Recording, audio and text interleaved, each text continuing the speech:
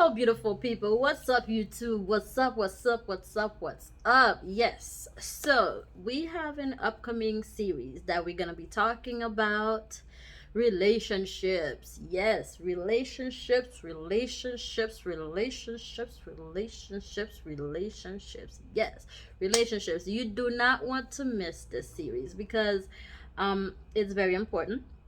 We're going to be talking about family relationships. We're going to be talking about friendships. We're going to be talking about professional relationships. We're going to be talking about relationship with yourself. I mean, we're just going to talk about all the different types of relationships, and you do not want to miss it. I'm telling you. And today I am here simply to tell you what are your views, or to ask you, matter of fact, what are your views on relationships, on family relationships? If you could describe your family with one word, what would that word be?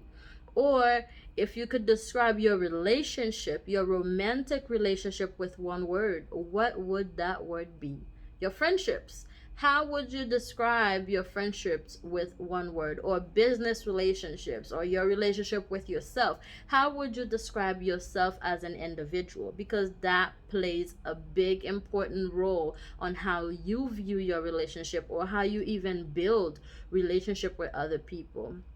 So I came here to tell you guys that having a relationship with yourself is foundation to any other relationship that you will have. I always tell people, if you do not know how to love yourself, you will not know how to love me. If you don't know how to have a relationship with yourself, you won't know how to have a relationship with anybody else, because everything you do starts with you, boo.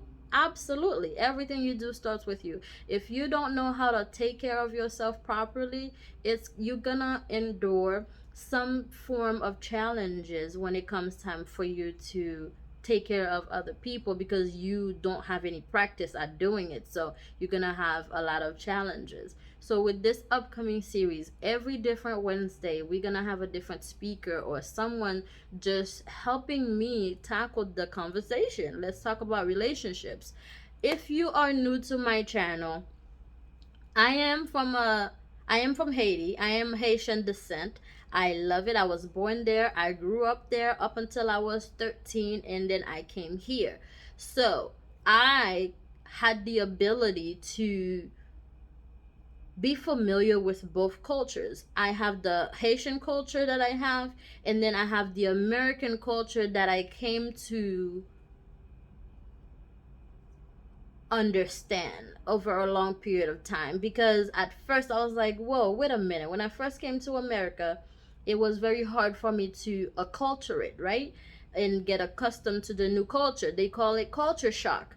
However, once I acculturated, I realized that a lot of things that we do as Haitians can be very limiting, especially the way we think in the Haitian community. Caribbeans altogether, and everybody altogether, can be very limiting, but I'm going to focus on the Haitian community because that's a community that I grew up in, and that's the community that I can reference because I see it firsthand.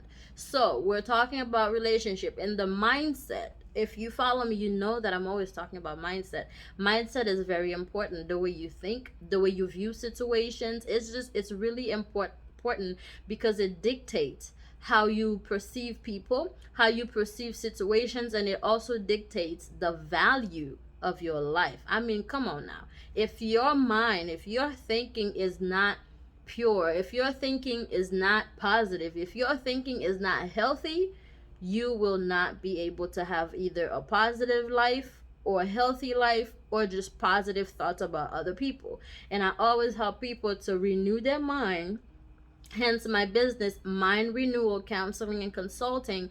God gave me that name because I'm very passionate about renewing the mind. I realized, or I tapped into, how important it is to renew my mind so that I can receive the blessings, I can receive the results that I am looking for. And in this series, we're going to talk about how can we renew our mind to be able to obtain the results that we want from the relationships that we have, our family relationships, our loved ones, meaning romantic relationships, our friendships. That's something that I see is very much needed in our community. A lot of people are not aware of how to be a friend to somebody, and it's very important to sit down and talk about it and renew your mind on what you can do to have or to build those kind of relationships with people. I'm going to start with myself. My family, I have a great relationship with everybody that I love, everybody that's in my circle, even people that's not in my circle. I still have a great relationship with you because I have renewed my mind, and I made a decision to say, I no longer like the way my family is treating me, and I'm gonna do something about it. I'm not gonna go into details with my story. If you've been following me, you have a snippet, but I'll tell you on a different video. But on this video, I want to say that my relationship with my family did not always start the way that it is today. When I tell people I have a great relationship with them, it wasn't always like that. When I was in high school, it was very challenging for me. When I was in college, it was extremely challenging for me, to the point that I wanted to leave my parents' house. And when I got to my master's program, I had this conversation with my brother David. I was like, bro, your family, your daddy is acting up right now. Literally, this is a real conversation that I had with my brother. And I said, I'm leaving. He said, are you sure, sister? Because you're gonna have to pay rent, the tuition fee on top of everything. It's better to stay home because it's more cost effective. And I agree, it is cost effective, but at what cost? Am I willing to lose my peace? I was not having a peace of mind. And I will say that it's because someone played a role on how my parents view me. And it's not until later on in my later adulthood did I sit my parents down and explain to them who I was. And I focused on telling them, whatever you hear from other people is not the truth. You have to sit down and get to know me. Get to know Wilna Eugene. That was before I got married. Get to know Wilna Eugene. Who is Wilna Eugene? And when people come tell you who Wilna Eugene is, I want you to classify them. I want you to tell them, put them in the place and say, hello, that's not my daughter you're talking about, because I know who my daughter is. So it's not until I sat my parents down, it's not until I sat my brothers and sisters down and I told them, this is who I am. Who you believe me to be, who you have heard me to be, is far from who I am, honey. And you need to learn who I am so that you can address me accordingly. Now, that didn't happen in one sitting.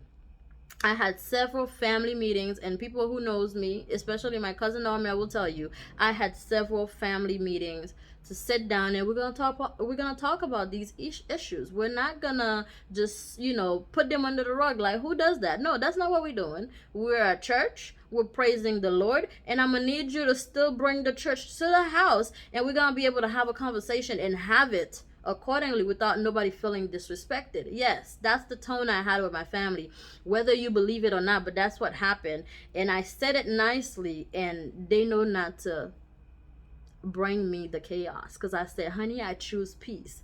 But it took time. I worked on that. Personal relationship, I will tackle that in another video, but today I'm mostly going to talk about the Haitian community, the Haitian families, Caribbean families altogether, to be honest. And from speaking with my friends who are from different cultural backgrounds, I realize we all have the same problem.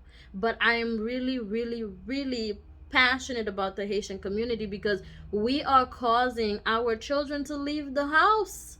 A lot of people that I talk to, whether it's friends or people that I've encountered in school, we share the same story. They tell me how their parents made their life unbearable because they didn't understand the culture. And to be honest with you, it's hard to understand the culture because in America, people leave the house at 11 o'clock at night, at 12 o'clock in the morning, depending on how old you are.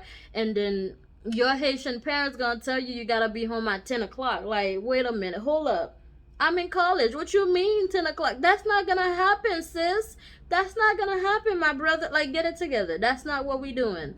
So I say that to say we have to educate our parents. And c'est pour ça m'vini là. My brother wants me to speak Creole. I'm gonna try. But pour parler haïtien, moi, yo m'en vle nous comprendre Ti moun yo le yo ale l'école, y ap étudier, ça pas veut dire que yo nan vagabondage.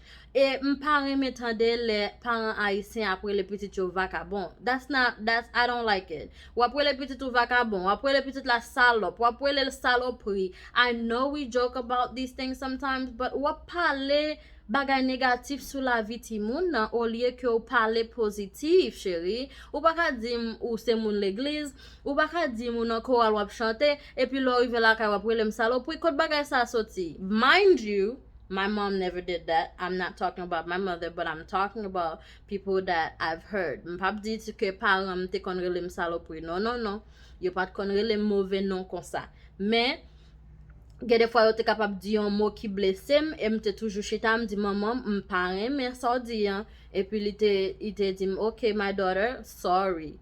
Yes, my parents say I'm sorry. Yes, they do. And I know it's not a Haitian thing. M'konne pa an Haïti pa kon di sorry. M'ba konne kote nou leve bagay sa. Gen lese culture là. Men nan Amerika chéri ou pile pied m'pa ki a sou gen 70 ans ou bien sou gen 60 ans. Faut di m'excuser parce que ou pile pliem, parce que ou blessem, ou supposé connaître comment pour di moun sorry. C'est pas parce qu'on pi grand qu'il faut pas di moun sorry. In translation, my American people, you have to learn how to say sorry to your children because you are modeling the same behavior you expect from them. So how do you expect them to say I'm sorry if you've never shown them how to say I'm sorry? You've never modeled how to say I'm sorry. It's confusing, very confusing. So this is just the first segment of this series, right?